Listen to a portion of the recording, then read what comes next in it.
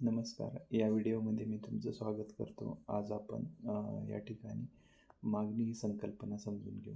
अर्थशास्त्रामध्ये मागणी ही संकल्पना अत्यंत बेसिक असून अत्यंत महत्त्वपूर्ण सुद्धा आहे. मागणी अ, कोणत्याही वस्तूची मागणी करण्यासाठी 3 घटक आवश्यक असतात. त्यामध्ये खरेदी शक्ती,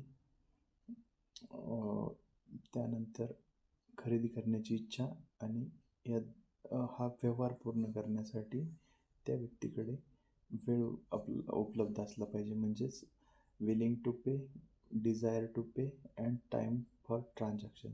या 3 गोष्टी जेव्हा एकत्र येतात त्यावेळी एका वस्तूची मागणी केली जाऊ शकते. आता मागणी म्हणजे काय? तर एखाद्या वस्तूच्या विशिष्ट किमतीला खरेदी केलेल्या नगसंख्या, मग त्या देशभरातून, जगभरातून किंवा एकूण त्या वस्तूच्या किती नगसंख्या खरेदी केल्या गेल्या आहेत ती त्या वस्तूची मागणी ठरते. आता ही मागणी अर्थशास्त्रामध्ये कोणत्या घटकांवर अवलंबून असते किंवा कोणत्या घटकाने मागणी निर्धारित होते हे अत्यंत महत्त्वाचं ठरतं. यामध्ये सर्वात महत्त्वाचा मागणी निर्धारित करणारा घटक म्हणजे त्या वस्तूची किंमत आहे. याचबरोबर खरेदी करणारा जो कंज्युमर आहे त्या कंज्युमरचं उत्पन्न देखील मागणी निर्धारित करीत असतं. त्या उपभोक्त्याची किंवा त्या खरेदी करणाऱ्या ग्राहकाच्या आवडीनिवडी देखील मागणी निर्धारित करत असतं.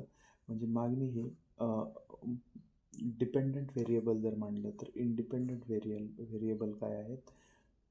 त्या वस्तूची किंमत, त्या उपभोक्त्याचं उत्पन्न, त्या वस्तूशी रिलेटेड असलेल्या इतर वस्तूंच्या किमती, त्याचबरोबर उपभोक्त्यांच्या आवडीनिवडी, इतर हे घटक मागणी प्रामुख्याने प्रभावित करतात. मागणीचा एक नियम आहे अर्थशास्त्रामध्ये जो अत्यंत महत्त्वाचा आहे, तो समजून घेणं खूप गरजेचं आहे. मागणीचा नियम सांगतो की जेव्हा एखाद्या वस्तूची किंमत वाढते तेव्हा त्या वस्तूच्या मागणी नगसंख्येत घट होते. म्हणजेच जेव्हा एखाद्या वस्तूची किंमत वाढते तेव्हा त्या वस्तूच्या खरेदीमध्ये व्यक्ती घट करतो, असं सांगणारा हा मागणीचा नियम अर्थशास्त्रामध्ये प्रसिद्ध आहे. मी रवींद्र कदम तुम्हाला अशाच नवनवीन संकल्पना घेऊन येत राहील. तुम्ही लाईक करा, समजून घ्या आणि शेअर करायला विसरू नका. धन्यवाद.